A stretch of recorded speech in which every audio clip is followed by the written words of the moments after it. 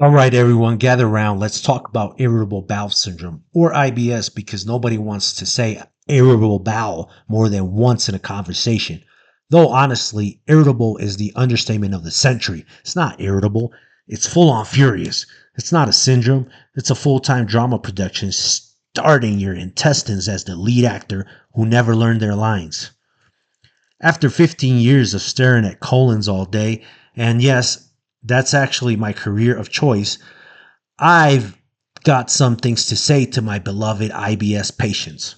First off, I love how you all come with your food diaries. 3 months of meticulously documented bowel movements, completed with timestamps, consistency ratings, and my personal favorite, your emotional state during each event. You're not patients, you're poop journalists. Pulitzer Prize in porcelain reporting, anyone? And can we talk about your Google diagnosis? You walk in here convinced you've got some rare tropical parasite you caught from the sushi place in the mall. Trust me, Karen, that California roll didn't give you a South American intestinal infection. I've got to admit, your theories are more entertaining than my medical school textbooks. To my patients who say, I've tried everything, doc, let me translate that everything means. That juice cleanse your yoga instructor swore by? Some mysterious powder your aunt bought from a Facebook ad? Every probiotic known to mankind and several only known to Amazon? That meditation app that promises to align your chakras with your bowels? And let's not forget the classic. I stopped eating everything except rice and sadness. Speaking of diets, oh my dear FODMAP warriors, you've eliminated so many food from your life, you're basically photosynthesizing at this point. You show up with your spreadsheets that will make a NASA engineer weep.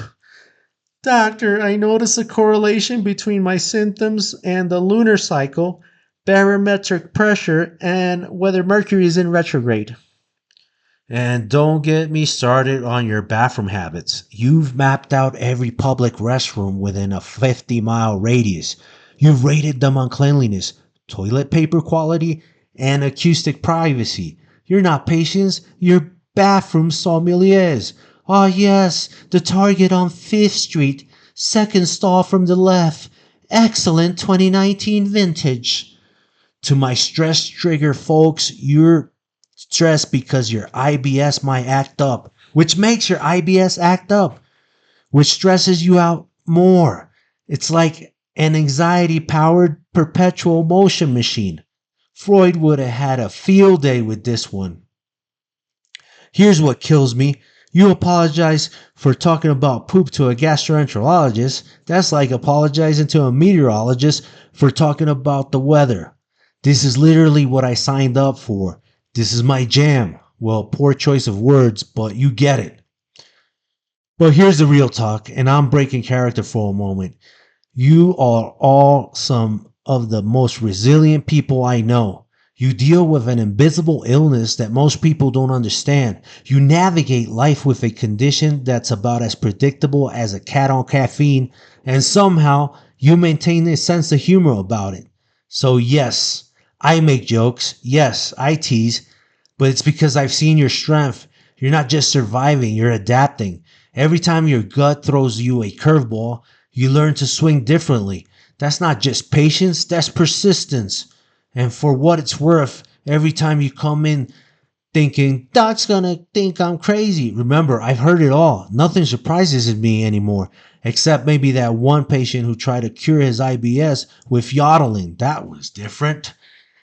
Keep fighting the good fight, my bathroom warriors, and remember, in my office, no poop story is too weird, no symptoms too embarrassing, and no question too stupid.